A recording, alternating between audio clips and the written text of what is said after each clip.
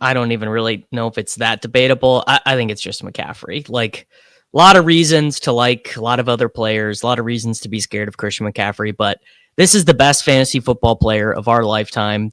He might be cooked, might be it for him. The Achilles might not be good. They might, back the gas off of him a little bit. But the ability to select the best fantasy football player of my lifetime and another wide receiver who I would consider some reasonable chance of being the highest scoring wide receiver, and that just feels absurd. How to win big with the Hero RB strategy in 2025. That's what we're talking about today on the RotoViz Fantasy Football Show. My name is Colm Kelly. I'm delighted to be joined here by Davis Mattek. You can find him all over the place talking all sorts of fantasy football, but of course, the Davis Mattek YouTube channel. He'll tell you in a moment. I'm sure, Davis, I'll give you a chance. You'll have the floor. We'll talk about your Patreon as well and lots more. But as we approach the season in rapid action here, we're recording this on Monday, the 4th of August. We're pretty much, 4 to 5 weeks away from the NFL season started. How are you starting to digest some of this? We actually have NFL news now. We hadn't a lot for long. We had to speculate on what we had post NFL draft, but now we're getting actual NFL news, and we'll have actual NFL games to dive into. Obviously, we had the Hall of Fame game over the last couple of days. I mean, it's been unbelievable. It's been cool. We've had, real concrete things happening in the ADP market that's not based off of, the wind blowing. We've had real stuff. We kind of have a sense of, who's going to be on the 53-man roster. We're getting some of the answers, who's the running back 2 on team X, Y, or Z. Gotten some injuries, which is, just an inevitable part of the process. And yeah, I mean, just drafting teams every day pretty much at this point.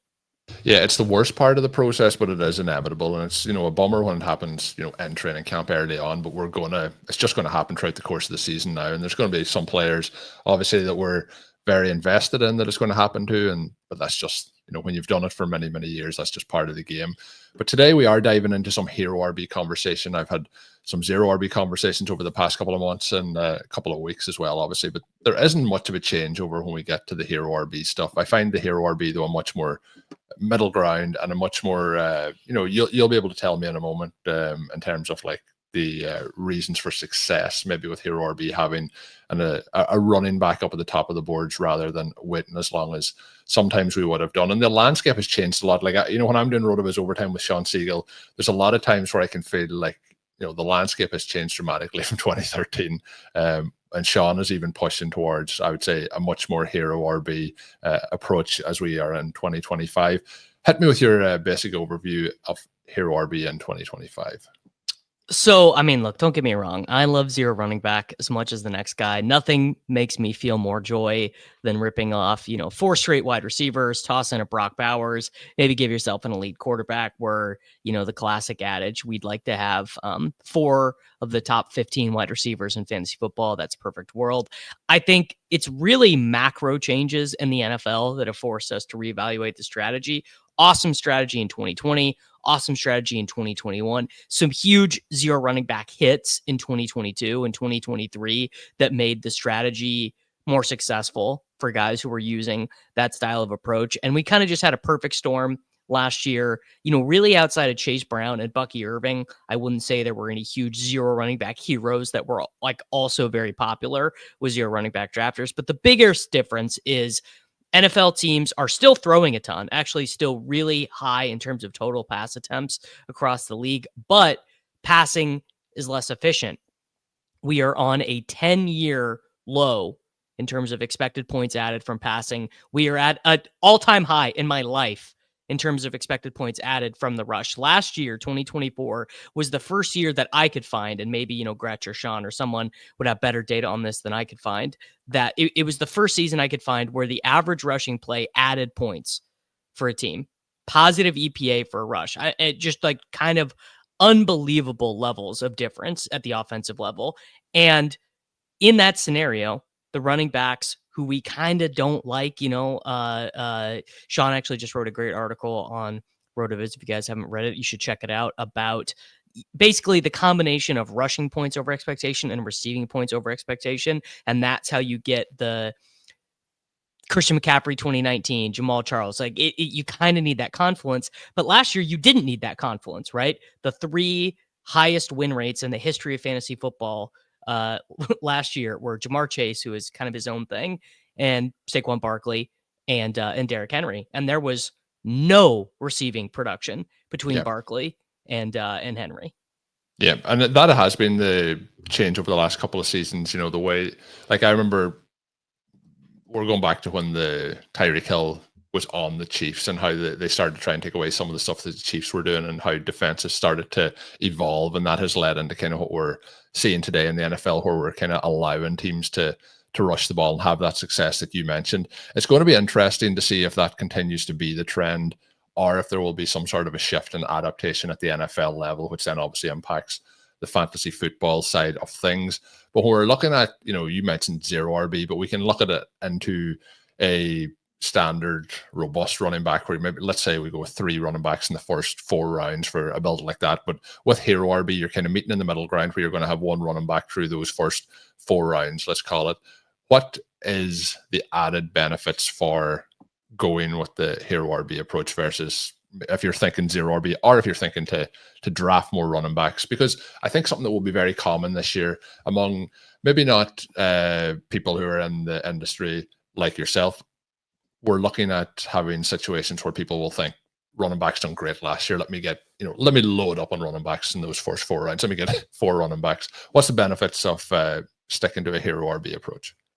Well, the reason that hero running back is like so clearly the optimal strategy is when passing is less efficient and adding fewer touchdowns, adding fewer yards, the guys who are at the high end of the position are actually, it doesn't make a ton of sense, but the more valuable more running backs are, if people are running more, that means your Chase, your Jefferson, your Neighbors, your Puka, your Brian Thomas Jr. These guys actually are like twice as valuable because look, man, I can just go get Adam Thielen if I need 11.5 points. I don't need to take Jerry Jeudy in the 6th round if I just am trying to get an 11.5 point per game season. But if I want a 16 point per game season, if I want a 17 point season, there's no replacement for that. And the decrease in quarterback play and efficiency has widened that gap. Jamar Chase, I believe, scored 100 more points than everyone else last year.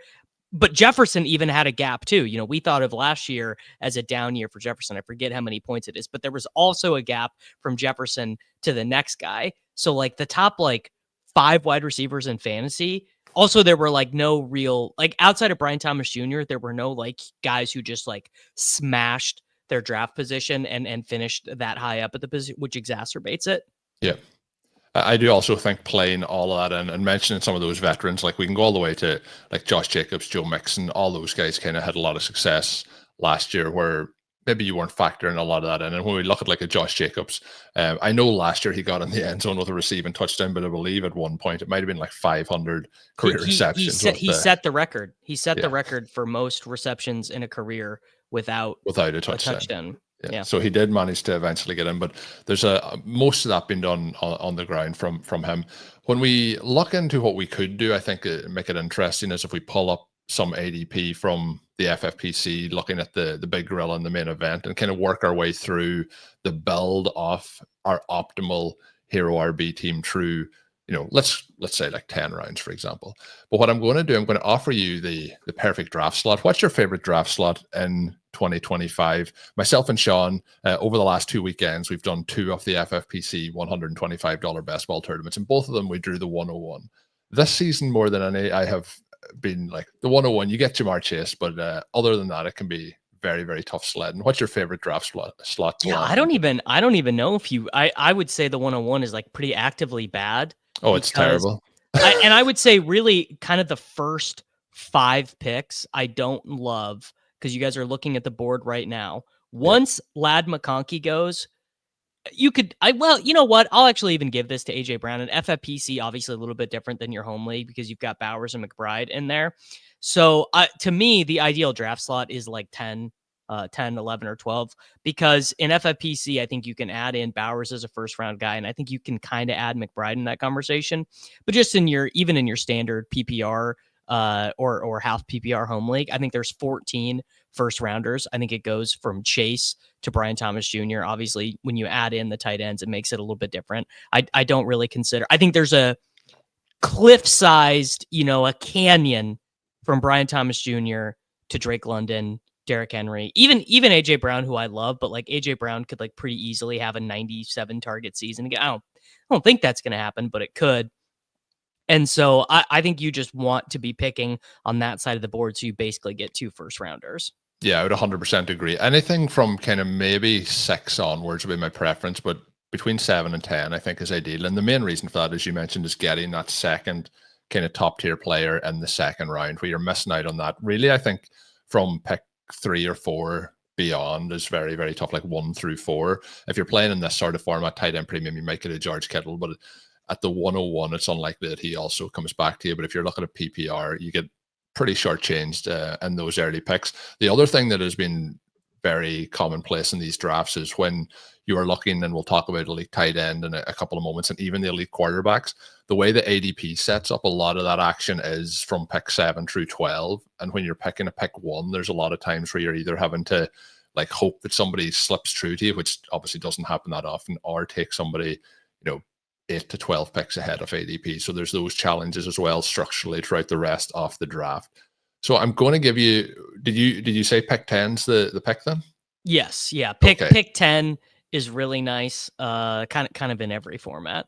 Okay. So let's go with this board, pick 10. So at that point, you're probably looking at a decision somewhat between Christian McCaffrey, Ashton Jeanty, Malik Neighbors, Achan, or Nakua. Who are you going to take with the 10th pick here for the perfect hero RB build? Yeah, for me, and I don't even really know if it's that debatable. I think it's just McCaffrey. Like, a lot of reasons to like a lot of other players, a lot of reasons to be scared of Christian McCaffrey, but this is the best fantasy football player of our lifetime, the best fantasy football season. I believe McCaffrey's peak season was better than LaDainian Tomlinson's peak season. I'd have to go back and fact check myself, but in full PPR, I'm pretty sure that's true. He might be cooked, might be it for him. The Achilles might not be good. They might, back the gas off of him a little bit. But the ability to select the best fantasy football player of my lifetime and another wide receiver who I would consider some reasonable chance of being the highest scoring wide receiver, I don't really think Nico, St. Brown, or BTJ could do it, but they could pretty easily be the 4th highest scoring wide receiver.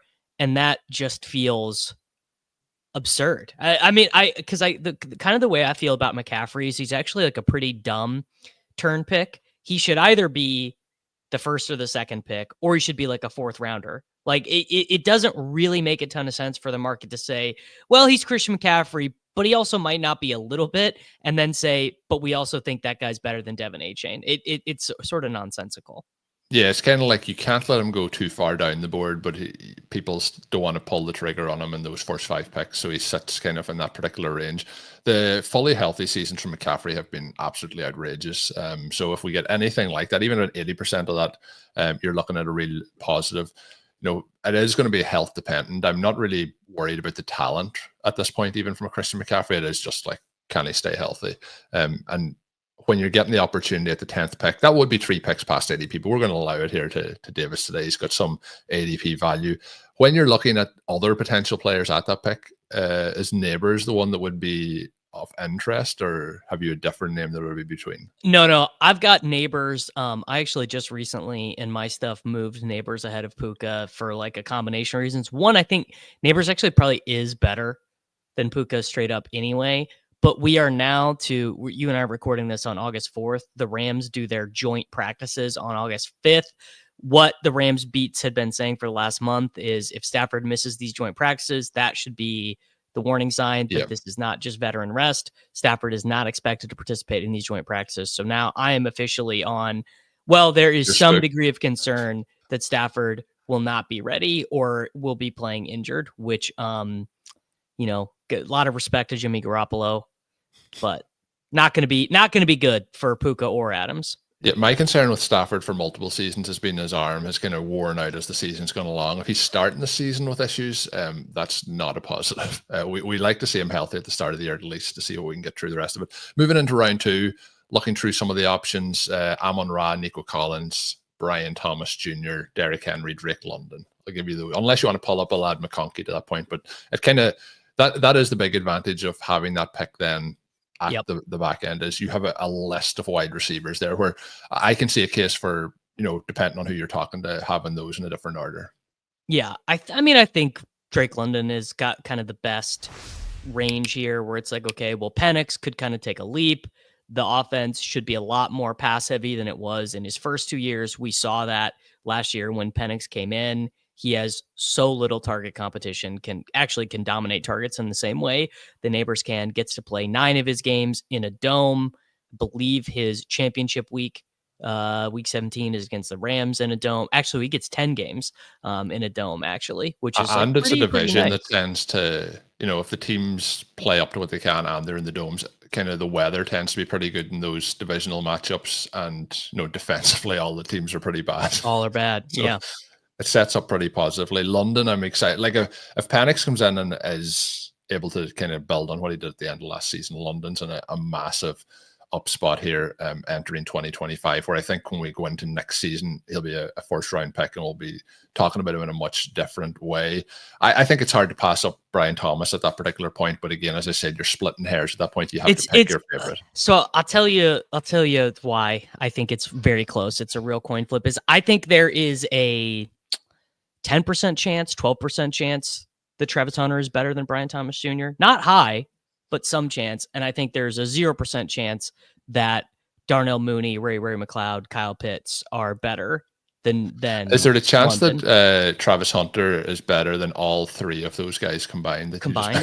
There's definitely a chance that Travis Hunter scores more fantasy points than those 3 players combined. That's what I was thinking. So there's a lot less pie to get kind of taken away from Drake London. So I'm on board with that. Moving into the next round, the issue now is that we have taken our hero running back. You can pitch names that may be a secondary option if you didn't have Christian McCaffrey, but at the back end of round 3, there's Lamar Jackson, T. Higgins, JSN, Breece Hall, Josh Allen, Kenneth Walker, Devontae Adams. So probably passing on Adams based on the Puka discussion a moment ago. But who's your ideal third round pick here? I mean, I would love to secure the services of. I mean, actually, honestly, I would take Worthy here, which is jumping the gun. But I that's who I would want here. I think I actually am maybe kind of on an island on this. I expect Marvin Harrison Jr. to be just sort of like a really evident in hindsight breakout, like just picked up some things, learned some things, plays a little bit better, got a little bit unlucky last year, maybe dogged it in some of the games last year because he was just like, this is not what it was like at Ohio State where everything was easy for me. Maybe a little bit of, Marvin Harrison Jr. is the son of a rich guy who's been the best player on all of his teams forever, like a little bit of adversity.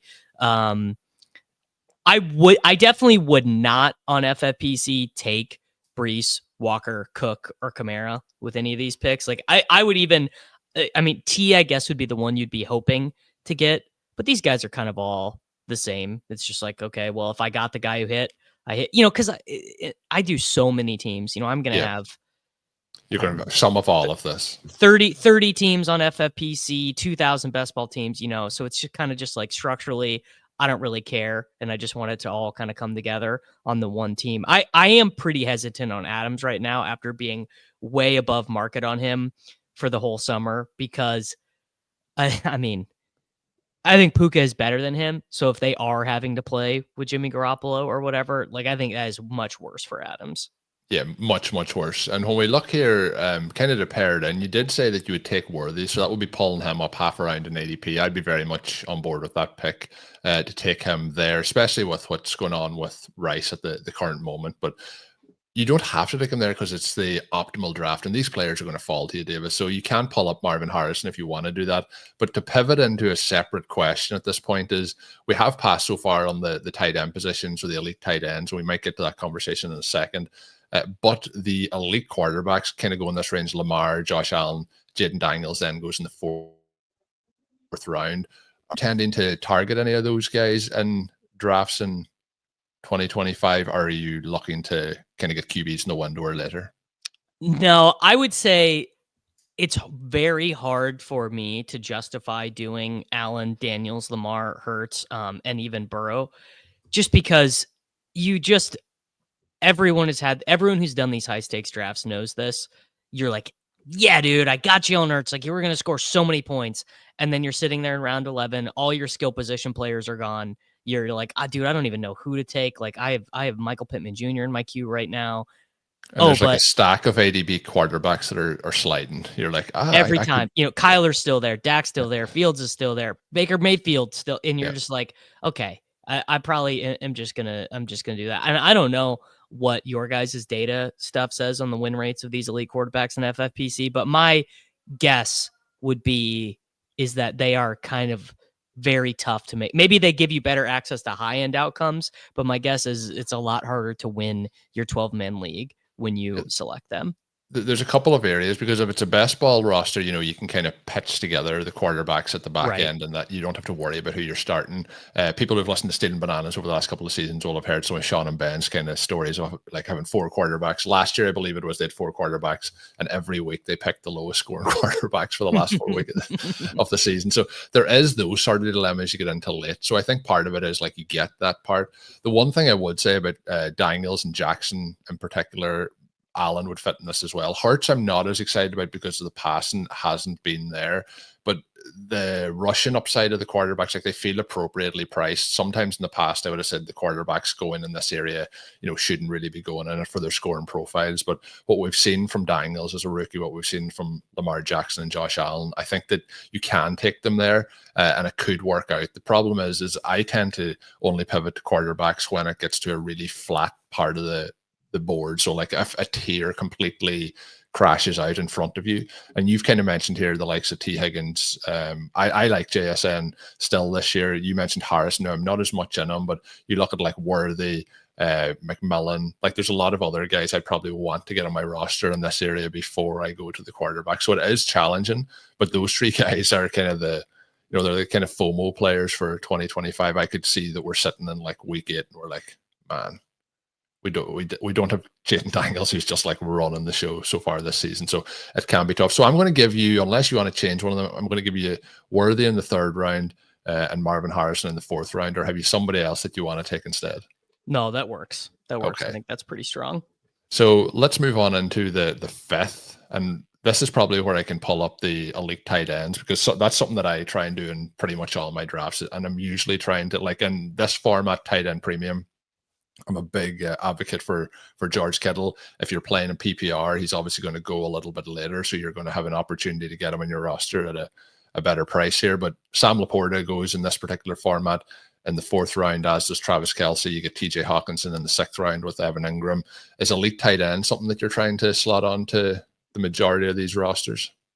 So my experience with the FFPC is that the tight end 4 through 8 are like the worst price guys in the entire pool, because they're pulled up because they are tight ends, not because they necessarily have that really elite scoring profile.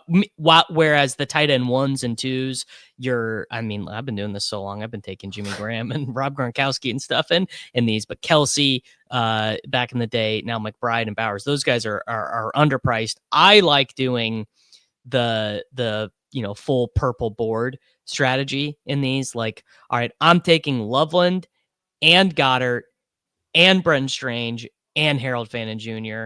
All together, and kind of trying to hit a breakout there. Like particularly with Laporta, Hawkinson, and Andrews, who are not receptions players. Like Kelce could have 103 receptions. Evan Ingram could have 100 receptions. David Njoku could have 100 receptions. Those guys just obviously good fits for the scoring. But you're not, with Laporta and Hawkinson, you're not even getting the category that is rewarded the most by the scoring system. I think those guys are kind of easy passes here. I think that I would go in a different direction. I do agree with you in previous years, players getting pulled up. I do not think that Sam Laporta should be going in this range. I think he's actually getting pulled down closer to the group below him. He obviously started last season hurt and led into not delivering on the post hype of his successful rookie season. Then we look into like how he did from kind of mid-season onwards, and he really started to pick up in this offense. So it'll be interesting to see how they develop this offense now with the new coordinator and so on there. I do like having one of those guys who has the the potential upside to reach up to. Like, if you tell me that Sam Laporte outscores George Kittle this season, and I mentioned how much I like Kittle, I won't be overly surprised. And Hawkinson now is going to gain the added advantage of not only being fully healthy this season, but also likely not having Jordan Addison for multiple weeks early in the year to be able to be the basically wide receiver 2 on that offense. So they're two players I think that could be up. I agree on the rest of like Kittle, Ingram, Andrews, and Njoku. I do feel like the other two shouldn't really be in that group though, but I also could be very much wrong on that. So we will maybe knock into some of these tight ends, but you mentioned Harold Fanning is somebody I'm trying to leave every draft with. Terrence Ferguson's down there too. And the one question I'm going to hit you with here, when you mentioned Tyler Warren as the rookie option as well with Colson Loveland, who do you want to be that QB down in Indianapolis? Because I kind of might out on all the Colts if we end up with Richardson getting back in there with the job. You know what? My opinion would be is that if Richardson wins the job and keeps it and is going for multiple weeks, he's better weeks, than Daniel Jones. Well, it's just that he's playing well enough and sustaining the offense well enough that, like, sure, in terms of volume, the volume will be worse. Richardson will add scrambles that Daniel Jones won't. They'll call more runs with Richardson on the field. But I am assuming that if he starts 10 games, 12 games, 17 games, that he's not completing, 48% of his passes with 17 passes a game. Like, and it's, I mean, he could win some games playing that style, but I would think, and kind of based on what I've seen from this camp stuff, is that I'm expecting him to maybe be a little bit closer to 57% completions, like a little bit lower of an ADOT, because that's the thing. He just is so bad on these short throws that they kind of just stop calling them, which puts their offense in a weird area. And if he can just, complete some more 7-yard crossers, it'll be kind of fine for everyone involved. And I don't know if he can do it or not. Yeah, if he can complete the easiest type of completions as an NFL quarterback, that would be very helpful. When we move here into the 5th round, looking at some of the names, we're kind of going to have to bypass this is an area where I think you could get into, Travion Henderson, RJ Harvey as interesting options, but George Pickens, Jameson Williams, Devontae Smith, Travis Kelce. This is a tougher range. I mean, JMO is my favorite here. This would also be a range where I would think about taking one of these running backs, Harvey, Henderson, and then basically not taking another one until round 10. Yeah, is sort of what I would think. And you could quibble with that. Is that a hero running back build? Is that not? Maybe a superhero duo, Batman and Robin style. Jameson Williams is very hard for me to not click here, and it's actually hard for me to tell if he's a RotoViz style player or not. He's very contentious in the community. Oh no, he's definitely still on brand for what we like. I think he's up there. Like Xavier Worthy is definitely taken over as Sean Siegel's favorite player. The Sean Siegel guy, but Jameson Williams definitely fits the mold. The one issue with the Lions, and we're talking there with Sam Laporte, is the offense, how that does this year, and then spreading the ball around all these pieces and being able to maintain that. There's kind of been the situation over the last couple of seasons where Laporte was out. Not everyone's in at the same time. When they're all in there, it's going to be interesting to see how it plays out. But when we're setting up a roster and you're clicking it in every week, I think you can put in Williams, because there's going to be weeks where he completely wins you the week by himself. But there is going to be those weeks, I think, where you might end up, with 7 to 9 points as well, which can be but you're in that area of the draft here, and that's most fantasy games are not close. Yeah, right? That's at the end of the day. He's going to be in on the weeks that you win. So we'll put him in. I do think if I had started off, and you had not taken Christian McCaffrey, this is the first area where I really start to look with Henderson and Harvey as options at running back. Into the 6th round, again, you mentioned Travis Hunter earlier. You may want to sprinkle him in here. Jalen Waddle, Zay Flowers, and Calvin Ridley, along with TJ Hawkinson. Who are you picking? Now this will not be popular. I mean, Hunter obviously I think is great, but I think Calvin Ridley is just like picking up a $5 bill off the street. Is it going to be real fun? Is Calvin Ridley going to break fantasy? Is he going to score 19 points a game? Absolutely not. If Cam Ward is the 19th best quarterback in football, is Calvin Ridley just going to absolutely sleepwalk to 1,100 yards and 8 touchdowns? Yeah. It's just, I don't really actually it's because he's old, right? It's because he's second team, all that stuff. And He's I mean, also old, but like Devontae Adams is also old. yeah. Like Mike Yeah. Evans is also old. There's Devontae, old Devontae guys. Adams and Mike Evans are not really slappy favorites either. I mean, I just think I Ridley will is say you're the third person over the last, I would say, 6 weeks that has come on the show and has hyped up Calvin Ridley. And like, the there's tide too is much turning. smoke here that it's going to work out. There's a lot of people that are kind of liking him, which then it makes me really have to take an interest. There's too much noise around it. But Calvin Ridley, I think that like the Titans are one of those interesting offenses to buy in on at the ground floor here, because Cam Ward could elevate the team pretty quickly. So I'm going to go on board and say that Calvin Ridley was, as a rookie and into his second season, one of like Matt Ryan, Calvin Ridley stacks back in the day were one of my early adoptions to the stacks across from Julio Jones. So Calvin Ridley here later in his career coming back to do it again could be fun. You're saying it's not going to be popular based on taking him over the two younger guys and Hunter and over. Flowers I just assume around here, Flowers, around these Hunter, parts. way more. Yeah, way more. And don't get me wrong, like I have Hunter ranked one positional spot ahead, Yeah, but it's kind of one of those things where once you get into a main event or whatever, you're like, all right. I mean, I like Travis Hunter just fine, but yeah. we're There's it's like there's well, and $1,200 on the line here.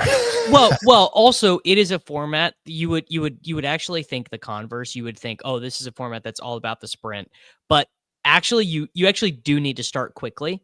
Yep, And if there's because a there's little less bit weeks for the playoffs. less Yeah, weeks for the playoffs, so if there is a little bit of an adaption period for Hunter where he's running 50% of the routes, 60% of the routes for the first month of the season, you're just kind of SOL. You're like, man, I really hope Keon Coleman is getting me enough points this week because I'm not starting Hunter playing half the routes. the other element is like we talked there. I mentioned Jamison Williams. You did say the games like often aren't very close, but having some of the profiles like a Williams and a Hunter, there might be too much like swing there. I think there's a bit more steady balance with a Calvin Ridley paired in with some of those pieces as well. So we're going with Ridley. We're going to do two more rounds. We'll do the 7th and the 8th. The 8th round, we get into like Deebo Samuel. Has he picked up? We get like some veterans in here. Has he picked up any more speed over the last couple of weeks?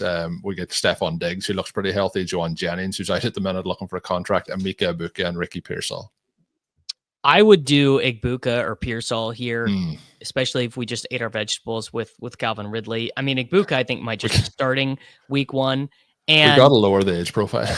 we got to Yeah. lower the age profile. Well, Pearsall is like, I don't have no idea if he's any good or not. He basically has one career good game. Yeah. He's been shot. He's had a shoulder injury. He's had a hamstring injury. He actually re-injured the same hamstring from last year. But as of right now, Monday, August 4th, 2025, he is the only practicing and healthy 49ers wide receiver.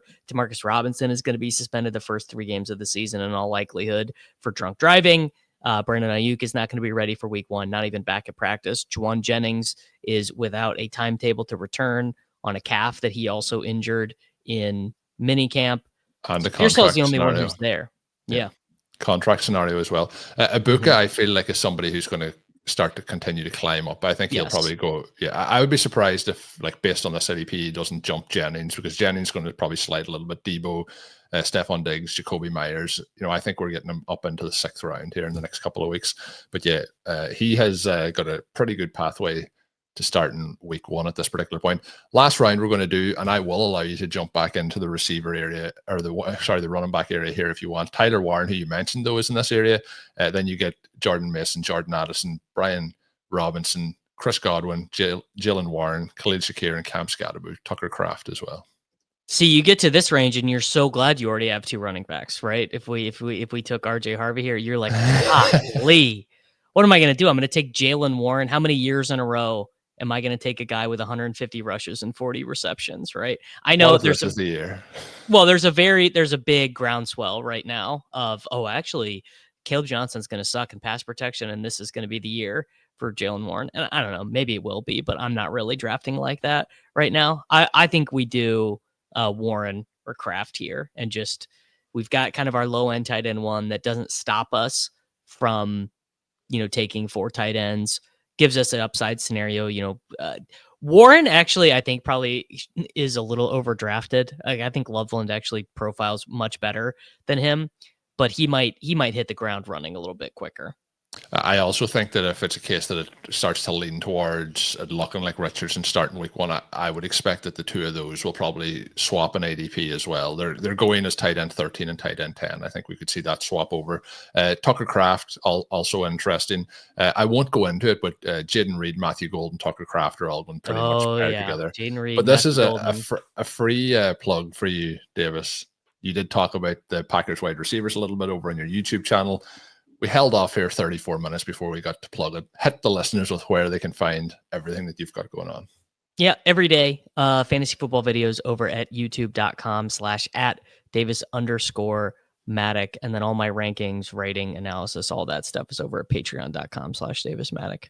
And you can find him on socials as well at Davis Mattek. We finish up with a team that's Christian McCaffrey, Drake London, Xavier Worthy, Marvin Harrison, Jameson Williams, Calvin Ridley, Emeka Egbuka, and then we'll say Tyler Warren. You mentioned it could be Tucker Kraft as well, but I think setting up a board like that is pretty fun to kick it off and then to try and fill it out with the rookie running backs in particular as we move through the rest. Is that kind of when you're looking at the later running backs beyond round 9, are you mostly looking at the rookies, or is there any veterans in there that interest you? Around this range, here's one that will also not be popular, but I mean, Tank Bigsby is the least RotoViz running back of all time. He profiles he profiles to catch about 11 passes. To which I say this section will be redacted from the podcast. Beggars can't be choosers.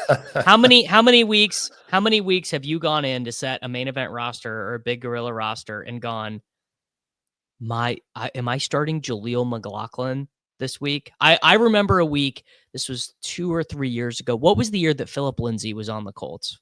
There was a year Philip Lindsay was on the Colts. And I remember being 3 or 4 years ago down so bad at running back on a team. It's like week 9, one of my guys must have been injured. And I was like, all right, we're starting Philip Lindsay. And he got 0.2 points. And I just remember being like, I just, if at all possible, sometimes that's okay to build a team that's that fragile, but maybe sometimes I should just accept that 11 points is a fine score for a running back some weeks. Now, do I like Tank Bigsby? Do I think Tank Bigsby is a good pick? No. I mean, I think Tootin is the much better pick, far more likely to give us a Bucky Irving style season. But, I mean, Tank Bigsby is going after Javonte Williams. Javonte Williams is like the definition of a zero, like is going to start games for the Cowboys where he scores fewer than 5 fantasy points. Guerrero, I really like. Jaden Blue, I really like. Samson, I actually think, again, is actually terrible, but profiles is like, yeah, he is just going to get you some 11-point weeks. Yeah, he's going to get in there and start. I think he's going to be starting week 1. Maybe Jerome Ford starts ahead of him, but they'll both be worked in there. The one benefit listeners will know that when you started Philip Lindsay that one time, he did not fumble the ball. He did not finish in negative. That's obviously the worst case scenario when you start out these rosters, that you finish with like a -2 or something like that. But fun conversation. We are going to have Davis back to look through some of his sleepers for 2025. So make sure you subscribe to the RotoViz Overtime podcast feed to get that once it is available. But until we are back, have a good one.